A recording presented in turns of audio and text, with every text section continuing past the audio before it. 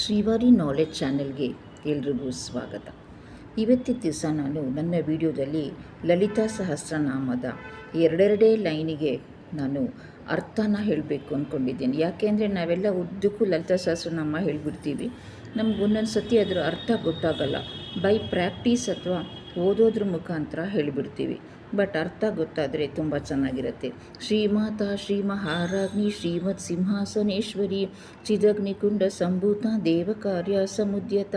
ಶ್ರೀಮಾತಾ, ಅವಳನ್ನು ಯಾಕೆ ನಾವು ಶ್ರೀಮಾತಾ ಅಂತ ಕರಿತೀವಿ ಅಂದರೆ, ಮಾತಾ ಅಂದರೆ ನಮ್ಮನ್ನು ಹೆತ್ತು ಹೊತ್ತು ಸಲಹಿದ ತಾಯಿ.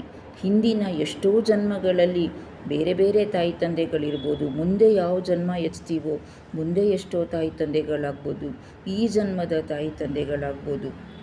ಆದರೆ ಅವ್ರು ಯಾರು ನಮ್ಮ ದುರಿತಗಳನ್ನು ಪರಿಹರಿಸೋಕ್ಕೆ, ನಮ್ಮ ಪಾಪಗಳನ್ನ ಪರಿಹಾರ ಮಾಡೋಕ್ಕೆ ಸಾಧ್ಯ ಇಲ್ಲ.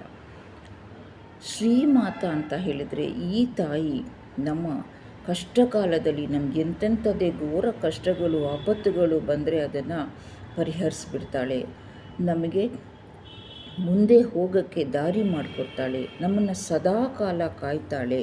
ಅದಕ್ಕೋಸ್ಕರ ಇವಳನ್ನು ಶ್ರೀಮಾತಾ ಅಂತ ಕರೀತಾರೆ. ಶ್ರೀ ಮಹಾರಾಜ್ಞಿ, ಶ್ರೀ ಮಹಾರಾಜ್ಞಿ ಅಂದರೆ ಸಕಲ ಪ್ರಪಂಚವನ್ನು ಪರಿಪಾಲಿಸುವಂಥವಳು.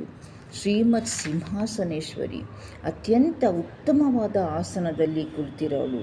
ಚಿದಗ್ನಿಕುಂಡ ಸಂಭೂತ, ಅಗ್ನಿಕುಂಡದಿಂದ ಹುಟ್ಟಿದವಳು.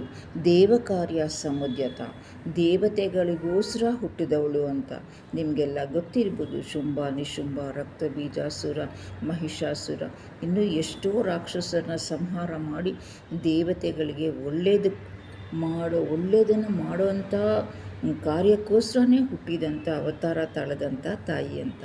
ಇದಿಷ್ಟು ನಮ್ಮ ಮೊದಲನೇ 2 ಸಾಲಿನ ಪದ್ಯದ ಅರ್ಥ. ಮುಂದಿನ ದಿನಗಳಲ್ಲಿ ಪೂರ್ತಿ ಲಲಿತಾ ಸಹಸ್ರನಾಮ ಮುಗಿಸೋಣ ಅಂತ ಅಂದ್ಕೊಂಡಿದ್ದೀನಿ. ಶ್ರೀವಾರಿ ನಾಲೆಡ್ಜ್ ಚಾನಲ್ನ ನೋಡ್ತಾ ಇರಿ, ಎನ್ಕರೇಜ್ ಮಾಡ್ತೀರಿ, ಸಬ್ಸ್ಕ್ರೈಬ್ ಮಾಡ್ಕೊಳ್ಳಿ. ಧನ್ಯವಾದಗಳು.